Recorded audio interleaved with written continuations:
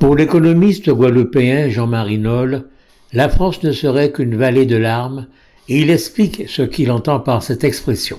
Citons-le.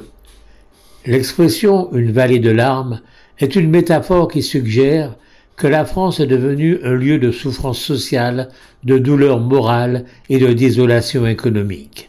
Cette expression d'origine biblique est souvent utilisée pour décrire une situation de crise ou de déclin, où les difficultés et les problèmes semblent insurmontables. Fin de citation. Comme à son habitude, M. Nolle explique très longuement pourquoi il en est arrivé à cette conclusion. Voici un extrait de son texte. Il se dessine des règlements systémiques globaux avec l'intelligence artificielle. L'IA, loin d'être un simple outil de progrès, pourrait devenir le catalyseur d'une crise totale, économique, sociale, politique, cognitive, comparable à une guerre, une crise financière majeure ou un effondrement climatique. Le premier front de ce basculement est déjà ouvert, celui de l'emploi.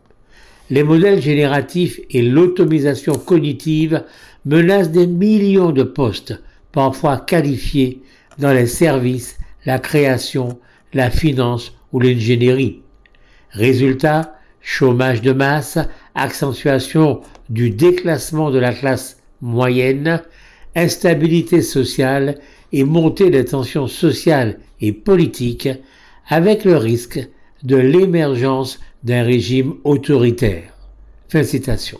Mais ce n'est donc que maintenant que M. Nolle, dont le métier pourtant semble n'être que de penser, parle de l'intelligence artificielle qui pourrait, citons-le, devenir le catalyseur d'une crise totale. En réalité, ce qui se passe actuellement en France, et sans doute aussi dans beaucoup d'autres pays, c'est que l'intelligence artificielle, l'IA, est gérée de façon parfaitement surprenante. On en parle à peine.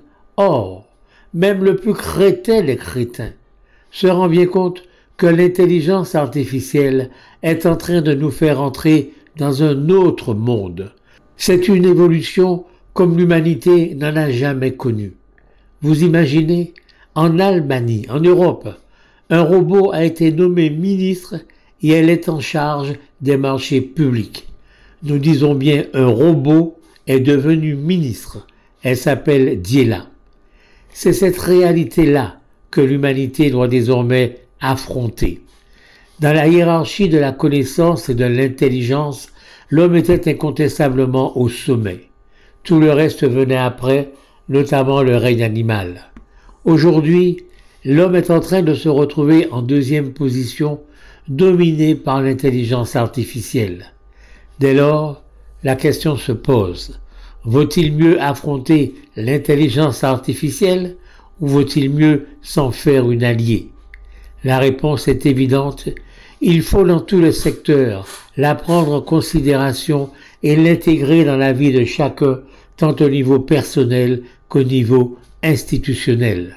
Par exemple, en France, nous en avons déjà parlé, il convient de faire en sorte de s'organiser pour que, grâce à l'intelligence artificielle, le nombre d'heures travaillées par les hommes dans une semaine soit inférieur, bien inférieur à 35 heures. Mais de cela, personne ne parle. De même, le débat actuel sur la retraite est complètement surréaliste, tant il est évident que l'homme, toujours grâce à l'intelligence artificielle, pourra ou devra partir beaucoup plus tôt à la retraite, etc., etc. Au lieu de créer du chômage, l'intelligence artificielle doit être managée pour créer autre chose, du bonheur au contraire. L'humanité est confrontée à un défi comme jamais auparavant. Telle est la réalité. Nos élites, ceux de la Martinique, comme ceux de France hexagonale, comme ceux du monde entier, doivent relever ce défi dès maintenant. Il faut, en ce qui nous concerne, construire une autre France en même temps qu'une autre Martinique.